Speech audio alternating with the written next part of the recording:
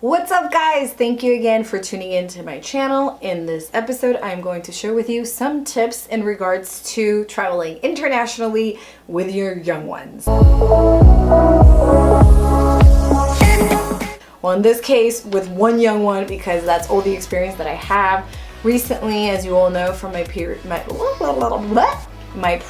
vlog, I shared with you that I traveled to South America, Argentina, with my son Nicholas for the first time, and that was a 9-hour flight. So I want to share with you 5 tips that you could all use in the event that you have an upcoming international trip, something longer than 3.5 hours. In my experience, I have to tell you that I learned by doing. I guess that's the best way, because I did read blogs. I spoke to a lot of mom friends to see what advice they could share with me.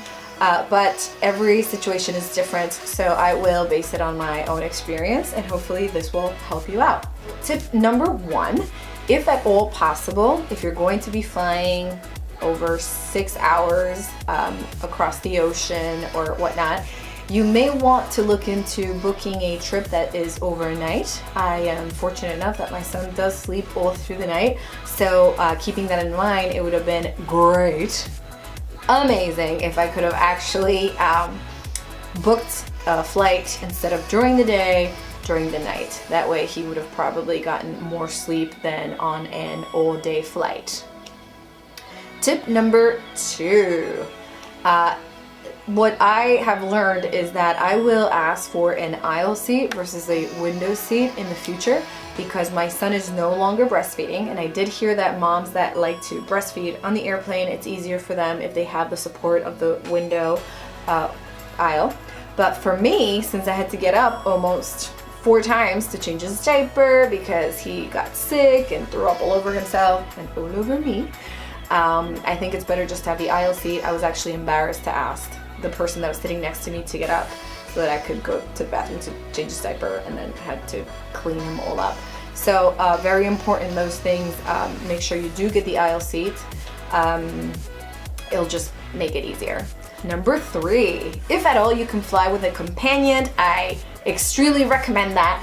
On the way to Argentina, I flew with my mom, and it was great having those extra set of arms to help me out with Nicholas. Now on the way back to Argentina, I flew all by myself, and that was a big mistake. So yeah, it's always great when you have a companion or somebody to fly with. That will definitely make it much easier, so make sure that you coordinate accordingly.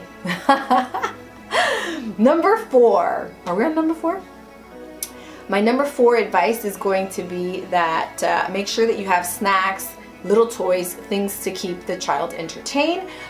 Most flights nowadays, especially if they're going to be longer flights, they do have the televisions on the seats.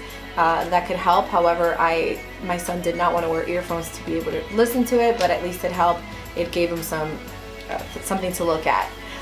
But yeah, definitely if you have like toys that they're familiar with and snacks of their own that they're used to eating, I would greatly recommend that. My son did try digging into a dessert that they brought from the airplane, and he got really sick on it. So it was a matter of putting his finger in it and licking it, and threw up all over. So yeah, definitely your own snacks and stuff that he's used to eating. And number 5, and the most important one, is have patience. I know kids can be really loud in airplanes. Sometimes they can have a fit. It's not what they're used to. Their ears could get clogged, or they can get motion sickness. So just have patience, moms. I have to say that everybody was really patient, even the flight attendants and the person sitting next to me, and that is really important. So just know that there's a lot of moms out there, and they will definitely understand where you're coming from. So don't be afraid to, just chill and relax and enjoy the flight. Maybe not so much like that, but you know what I mean. So I hope this helps. I hope you enjoyed my tips. If you have any advice that you think I missed, please leave it in the comments below. Also, don't forget to like and share this video if you liked it. And more importantly, subscribe to my channel. The more subscribers, the more video content that I'll be posting. All right, y'all. Hope you're having a great day. Bye-bye.